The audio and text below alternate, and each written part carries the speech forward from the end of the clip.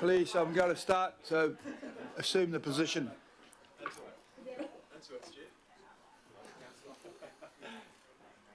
Maori flags. It's Talofa Lava and welcome Samoan Language Week today, despite those people who have got Maori protest flags here, which I'm not quite sure is appropriate, but still. The Samoan flag. That's right, it's Talofa Lava language. Welcome everybody today. It's going to be a long day. I hope it isn't.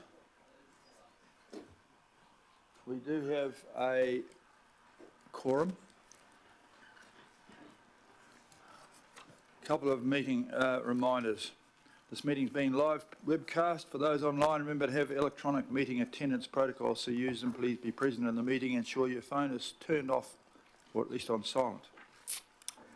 Since the last governing body meeting, we've had a lot on our plate, so thank you all for that. Hopefully we can get through today, or we might need to all come back tomorrow, which I don't want to do, and I don't think all of you do, so there we are, please. It's up to us as elected members to come prepared with our questions and not make them up while we're asking them. Write them down and read them out, please. A helpful guide is that questions have question marks at the end. They're not sentences or speeches, and Sandra with an R is going to be using the buzzer and being really tough today because there's a lot. We have a weighty agenda. Watch. Several kilograms of paper. Sandra was going to announce the councillors who are online. Please, who's online? And any apologies?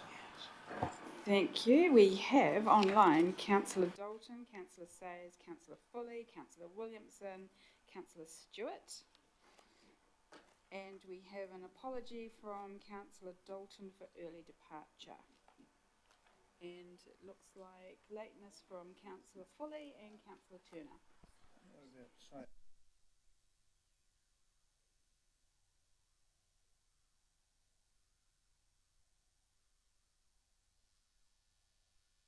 Move those apologies. Me, seconded by somebody. All those in favour, please say aye. Aye. Contrary, carried. Okay. Any declarations of interest? No. Confirmation of minutes. The minutes are in there and added. Then we are confirming the minutes for the 2nd of May. The extraordinary one on the 16th, the Budget Committee minutes, 6th, 20th of February, 16th of May. Mover and seconder for those, please. Yes, righto. Deputy Mayor and Kieran Leone, please. All those in favour, please say aye. Contrary, righto. Public input. We have a referred request from Lisa Parega about the infrastructure market size and share analysis trends and forecasts, which has been referred to the 27th of June governing body. And I've declined a request from Gail Baldock with regard to the closure of Smith & Co, the very sad closure of Smith & Co, and the increased crime in our city. And this issue in relation to the CRL that is designed to encourage people in the city declined understanding 772 as a request was out of time, only coming yesterday. We are going to hear from Andrew Kingston from Gravity Capital. Please come forward. Welcome, Andrew. We're going to have a short presentation from you on the state of the economy and the importance of collecting your debts. You have 5 minutes. Over to you. A couple of questions and then we'll move on. Thank you. Good morning, Wayne, and thank you, councillors, for the opportunity. Look, just a couple of things before I start. Some words. The big word is dire. It's dire out there.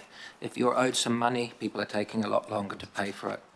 Secondly, we're all looking at the budget this morning. Some of us may be expecting tax cuts. Collecting your debts is a little bit like that. The analogy that it's the ability to unlock some cash that you may have not had or been expecting to come in. Be on top of it and be on your A game. So a little bit about me, a chartered accountant with many years of experience. I belong to a couple of special interest groups at CAANZ, and I'm also a fellow on the Chartered Governance. I've been in this collection space for the last 4 years, and prior to that I was CFO on a couple of listed entities. So what are we seeing out there? Closer to your microphone, will you? Sorry, Wayne. That's right. What are we seeing out there? So you would all be aware the situation Official cash rate sitting at 5.5%. Consumer confidence continues to drop from March to April. We're at 82.1%. Smith & Co.'s closing is another sad indictment of what we're feeling out there. Consumer Price Index, what we measure our inflation by, is sitting at 4. Unemployment continues to rise from September. Now it's sitting at 4.3%. And the big important one there is business confidence continues to drop. So just around consumer credit and where we're at the moment.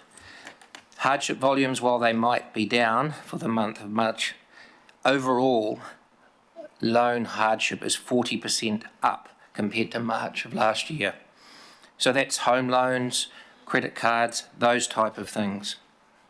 So what we're seeing also in the market, personal loans, while it may have dropped in terms of hardship just on a month-on-month measure, credit card hardship has gone up. So what people have been doing before their mortgage rates came off, they've been using personal loans to keep on top of things with their credit cards, and it's switched. Overall, home loans may have plateaued in terms of the last quarter, but year on year they continue to rise. So you're looking at the big banks here. You've got all of the banks, including the non-5, those outside the ASB, BNZ, Kiwi Bank, Westpac and ANZ, continuing to push the arrears into the problematic areas. So, importantly, credit card arrears have risen through the month of March. So we're talking about days past due. So 1 to 29 days is dropping over to those extended periods. If you're in the telco industry, stable but still outstanding amounts continue to grow. Business confidence continues to drop on the back of recession headlines. And despite entering a recession, those inflation measures, while might have been slowing, are still putting a dampener on the market. So are your debtors not paying you? This is the big question, and I'm getting more and more calls every day about clients and customers who are not paying their bills. So what we're seeing in the market is typical. Debtors are changing their position. They're using your money or their money that they receive in credit from other people to pay their bills. Now, I took a little bit of time here and it seems the same thing's happening at Auckland Council. Look, I'm limited with the numbers I could look at, but your net receivables over the last 3 years are continuing to balloon. So while we can say we had COVID and there was a number of reasons for that, maybe the approach internally hasn't been hard enough on some of these things. I don't know what 2024 looks like. Obviously, those numbers aren't yet out, but a 30% increase in your debtors means cash is locked up that you can't do things with. So we can do the old rhetoric and some suggestions here. Keep an eye on your debtors, make the regular phone calls, chase them up. But if you're not being firm in enforcing your terms and conditions, then they're not going to pay. You could also have some disputes around some of these invoices that have been raised to your residents or your debtors. Resolve them timely. Don't leave them till the 90th day when they tick over to 90 days and you've done nothing about it. And then the last one there is a lot of clients have looked at legal enforcement, but with the court hang-ups over the last 3 years and the delays there, it's often a costly process. So what do you do when you get to this position? You can look outside the organisation. So a lot of people have done their time doing the phone calls, ringing the debtors to no avail. I'll pay you next week, I'll pay you next month, and then nothing happens. Generally, it's often when terms are failed to be met. So you might have a 60-day payment or a 30-day payment arrangement. Those are when the issues start to arise. So you could look at an external agency. This is where we sit, and we've been doing this for a while. If it didn't work, we wouldn't exist. It's not costly like a legal process where you go through a lawyer and use time and cost where you're billed every 6 minutes. It's often only paid on success. They're impartial, so it's removing any bias that staff or parties may have to the collection process. We have access to other resources, skip tracing, finding people when they may move from addresses or regions. It also frees up the time internally. It's associated with more productive work management. I guess also on the back of that, we're given the ability, being impartial, to look at those debtors. Do you want to continue to use or trade with them, or is there another way around you can manage it? It's often an extension of your internal process. So you get to 90 days, you're telling your people, your debtors, at 90 days, it's automatic, it's just a referral to a collection agency. There's no argument about it, the process is seamless. Another question we often get asked is, what happens to our brand and reputation? Well, if it's sold to the debtor all the way through the process and out the other side, they're aware of what's coming, there's no surprises, and at the end of the day, it is just part of the seamless process. So look, that's it in a nutshell. It's a dire situation out there. I hope Minister Willis is going to give us some tax relief, and that could extend to some of these debtors that we've got out there paying some of their bills. But look, I'll welcome some questions, and thank you very much, Mayor Brown, for the opportunity. Right, has anyone got any questions about that bleak assessment of where we are and what we should do? And the $350 million that we've got sitting out there, which we don't aggressively chase, and I think we should. You might hear from Nicola later on who says that they do, but they don't. Mayor, just one thing. Councillor Darby, please. Can we refer this, it seems like a pitch for procuring services. Can we refer this to the Chief Executive through the proper procurement channels, please? I agree, that part of it is, but the first part of it was just to hear from somebody who's collecting debts really what's happening, rather than just having an economist reverberate what's on the Business Herald. So it was the first part really I wanted you to hear. Things are hard. If you haven't got customers, people don't realise how hard things are. But I think it will be. I mean, the Chief Executive will refer that on, and and Maurice Williamson will also be referred for this sort of stuff as well. But any further questions? We've heard that.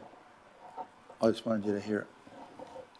Looks like your message. Yes, Councillor Bartley, please. Oh, thank you. I have a question. Do we have an issue with collecting our debts at council? Because the message I'm hearing from the presenter is that we need to go harder with collecting debts. I think what I'm trying to convey there is, it's a global position. New Zealand industries in their own right are facing harder and harder collection processes. What I was doing there was to illustrate just a situation that is happening within the council. I don't know about the processes and whether it needs to be harder or not, but it's clear something's happening to cause those to balloon, and I don't know what it is. $53 million. Councillor Newman, please. Good morning, and a number of those bad debtors are probably my constituents actually, but I don't want to go too rough on them because, as you say, at the moment it's really tough out there, and I hope people can trade back to profit. Can I just ask you, just in terms of the first part of your presentation, I mean, from your perspective, and it's a bit of crystal ball gazing, but how long do you think it would take to get through this sort of toxic situation that we currently face ourselves, face as an economy, with that inflationary pressure, with those locked-in rates, with people basically having a real liquidity squeeze? Is this a year? Is it 18 months? How long do you think it's going to take before we can burn through that and come out the other side? Because it will take time. Look, I'd have to agree with you there. I'm not an economist. I'm an accountant in the debt collection space. What we're seeing is people are taking a lot longer to get on top of their debtors, so they make the softly approach, and then it all gets a little bit hard, and suddenly they need to unlock some of that money. I'm thinking, based on what I'm hearing and seeing, that it is at least a year to 18 months before we'll start to see any form of turn in the current cycle. It's hard, and it is very hard to collect money at the moment. Okay, thank you very much for that, Andrew, and we'll go on to the... Well, it's got a move that we receive, and thank you for that. I'll move and... I just had a comment. Yeah, Bill Benson. I hope we don't take on too seriously what he's presenting, because the reason why you kept the rates low was out of compassion for people that are struggling out there with the cost of living. And then I don't want to give a direction to our council CEO that we come down harder on those people that owe money to council. because, you know, it's unfair, it's not compassionate, and it goes against what we're trying to do in the first place. Well, the point was to raise the issue and discuss it, but it's unfair if some people pay and some people don't. And that's what's unfair, but I am just letting you know that it is hard and I'm well aware of it. Okay, thanks very much for that. Morris Williamson? Yeah, just to point out to Councillor, around about half of all that long-term debt we've got is non-rates debt. So it's companies and businesses. We've got another way of dealing with taking a lien on properties and so on if someone can't pay rates on their house. But as a big chunk of that debt is actually owed by commercial operations. That's true. Thanks very much for that. Okay, I'll move that we receive that, and it'll be seconded by the Deputy Mayor. All those in favour, please say aye. Contrary, carried. Thank you very much for that. We had local board input requests. 5 requests were received from, but I declined. Albert Eden Pukitapa about representation. I've spoken with most of the chairs who requested to speak and explained there is a process attached to the item in local board reorganisation consultation, so their input request has either been withdrawn or declined. Extraordinary items is none known. Yes, Your Worship. I'm very mindful of the challenging agenda ahead of us today, but I wish to raise under extraordinary business the possible closure of Smith & Co's. It is without doubt a critical part of our retail landscape in Auckland, and there have been suggestions around the role that the council may or may not have played in the demise of their trading. I would like, if it is possible at this meeting or at as early a possible meeting, for there to be some report to the council on what role we can play in assisting Smith & Co's moving forward. Fair enough. I accept that it is a tragic thing which we only found out about yesterday. Tony rang me in the morning, Tony Coe. My wife and the Deputy Mayor have worked very hard to try and keep them afloat, but hasn't managed on their own. It's a very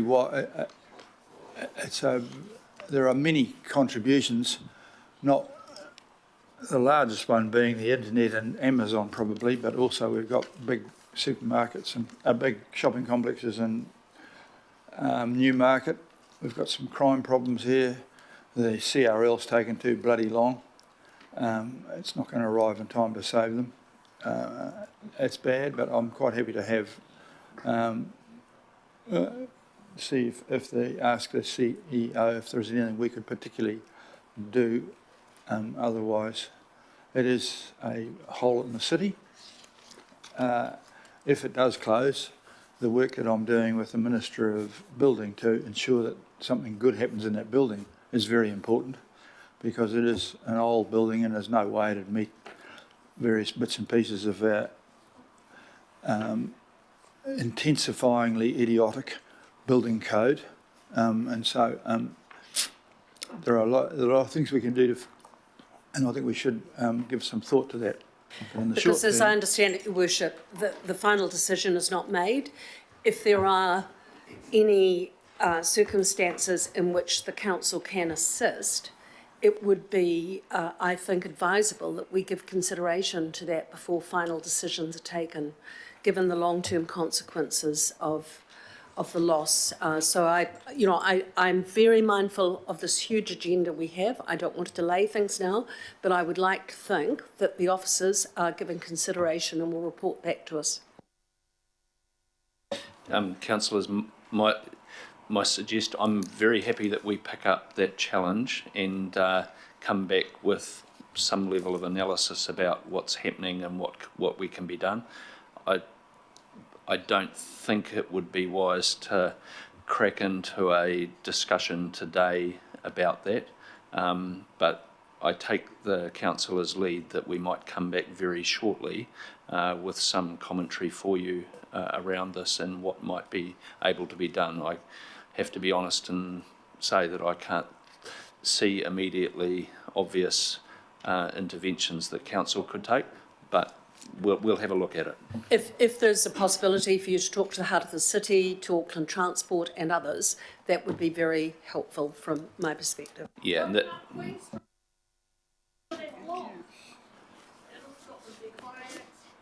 Fair enough. We'll take that raised, thank you, and we'll move on to